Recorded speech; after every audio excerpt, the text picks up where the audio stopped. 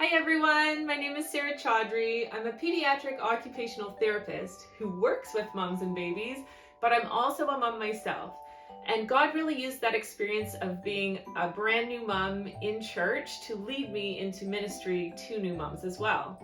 So I'm here today to bring you the top 5 tips for ministering to new moms. So tip number 1, understand that the experience of becoming a new mom can actually be very isolating. Often we're home for a few months with this new baby, and then when we come back to church, our experience of church itself is quite different.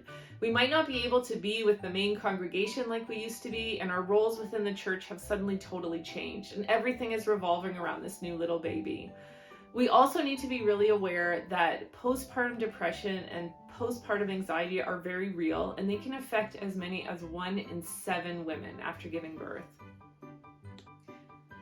Number 2, show new moms that you really care about their spiritual health. And there's lots of ways to do this.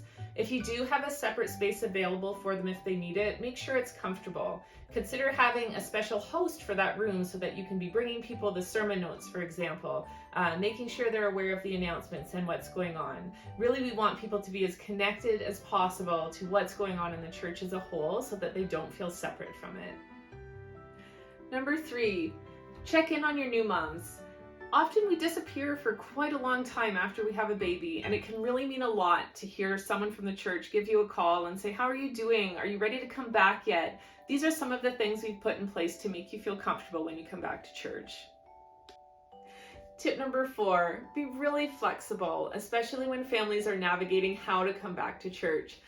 One example that comes to mind is I've seen a poster before in a parenting room that said kids over 18 months couldn't be there.